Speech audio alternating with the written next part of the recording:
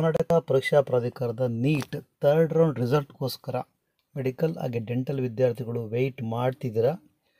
ನೀವು ವೆಯ್ಟ್ ಮಾಡ್ತಿರೋ third round result ಇವತ್ತು ಅನೌನ್ಸ್ಮೆಂಟ್ ಆಗೋದಿಲ್ಲ, ನಾಳೆನೂ ಸಹ ರಿಸಲ್ಟು ಅನೌನ್ಸ್ ಆಗೋದಿಲ್ಲ. NEET third round provisional result ಬಗ್ಗೆ ಇದ್ದಿದ್ದ ಒಬ್ಬ ಲಾಯರ್ಗೆ ಬದಲಾಗಿ ಇವತ್ತು 5 ಜನ ಲಾಯರ್ಸ್ಗಳು ಸೇರ್ಕೊಂಡಿದ್ರು. ಅಂದರೆ ಕೆಲವು ಸ್ಟೂಡೆಂಟ್ಸ್ಗಳು ಗ್ರೂಪ್ ಮಾಡಿಕೊಂಡು ಸಪ್ರೇಟ್ ಲಾಯರ್ಸ್ಗಳನ್ನ ನೇಮಕ ಮಾಡ್ಕೊಂಡಿದ್ದಾರೆ. ಟೋಟಲಿ ಹಾಗಾಗಿ ಈಗ 5 ಜನ ಲಾಯರ್ಗಳು ಇವತ್ತು ಹೈಕೋರ್ಟ್ನಲ್ಲಿ ಕಲಾಪದಲ್ಲಿ ಭಾಗವಹಿಸಿದರು. ಆ ಕಲಾಪದಲ್ಲಿ ಏನಾಗಿ ಕಂಡು ಬಂದಿದ್ದೇನೆಂದರೆ, ಕೆಲವು ವಿದ್ಯಾರ್ಥಿಗಳಿಗೆ ರ್ಯಾಂಕಿಂಗ್ ಚೆನ್ನಾಗಿಲ್ಲ, ಬಟ್ ಆದರೂ ಒಳ್ಳೆ ಕಾಲೇಜ್ ಸಿಕ್ಕಿದೆ. ಕೆಲವು ವಿದ್ಯಾರ್ಥಿಗಳಿಗೆ ರ್ಯಾಂಕ್ ಚೆನ್ನಾಗಿದೆ, ಬಟ್ ಒಳ್ಳೆ ಕಾಲೇಜುಗಳು ಸಿಕ್ಕಿಲ್ಲ, ಬೆಸ್ಟ್ ಕಾಲೇಜ್ ಸಿಕ್ಕಿಲ್ಲ. ಇದು ಏನಕ್ಕಾಗಿದೆ?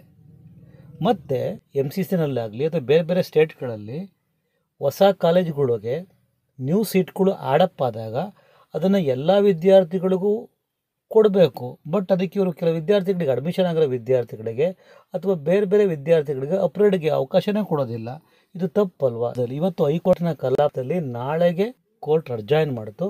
ಹಾಗಾಗಿ ನಾಳೆ ಮಧ್ಯಾಹ್ನ ಹೈಕೋರ್ಟ್ನಲ್ಲಿ ಇದ್ರ ಬಗ್ಗೆ ನಾಳೆ ವಿಚಾರಣೆ ಬರುತ್ತೆ. ಆಗ ಹೈಕೋರ್ಟು ಯಾವ ತೀರ್ಪು ಕೊಡುತ್ತೆ ಅಂತ ನೋಡಬೇಕು. ಅದಕ್ಕೂ ಮುಂಚೆ ಇದ್ರವರೆಗೂ KA ಕಡೆಯಿಂದ ಯಾವುದೇ ಅಧಿಕಾರಿಗಳಾಗಲಿ ಅಥವಾ ಲಾಯರ್ಗಳು ಇದ್ರ ಬಗ್ಗೆ ಆರ್ಗ್ಯುಮೆಂಟ್ ಮಾಡಿಲ್ಲ. ನಾಳೆ ಆರ್ಗ್ಯುಮೆಂಟ್ ಆಗಬೇಕು, ಆಮೇಲೆ ಜಡ್ಜ್ಮೆಂಟ್ ಬರಬೇಕು. ಕೋರ್ಟು ಯಾವ ತೀರ್ಮಾನ ಕೊಡುತ್ತೋ ಅದಕ್ಕೆಲ್ಲರೂ ಭದ್ರಾಗಿರಬೇಕು, ಅದರಲ್ಲಿ ಬೇರೆ ಮಾತಿಲ್ಲ. ಬಟ್ ನಾಳೆ ವಾದ ವಿವಾದ ಯಾವ ರೀತಿ ಆಗುತ್ತೆ ಅಂತ ನೋಡ್ಕೊಂಡ ಮೇಲೆ ಹೈಕೋರ್ಟು ತೀರ್ಪನ್ನು ಕೊಡಬೇಕು. ಅದಕ್ಕೋಸ್ಕರ ಎಲ್ಲರೂ ವೆಯ್ಟ್ ಮಾಡಲೇಬೇಕು. ಇವತ್ತಿನ ವಿಡಿಯೋದಲ್ಲಿ ಇಷ್ಟೇ.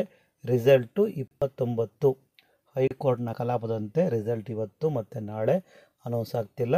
ನಾಳೆ ಕೋರ್ಟಿನ ಕಲಾಪದಲ್ಲಿ ಏನಾದರೂ ತೀರ್ಪು ಬಂದರೆ ಅಥವಾ ಮತ್ತೆ ಡೇಟನ್ನು ಅಡ್ಜಾಯ್ನ್ ಮಾಡಿದ್ರೆ ಅಲ್ಲಿವರೆಗೂ ಕಾಯಲೇಬೇಕು. ಇದಿಷ್ಟೇ ಇವತ್ತಿನ ಮಾಹಿತಿ. Take care.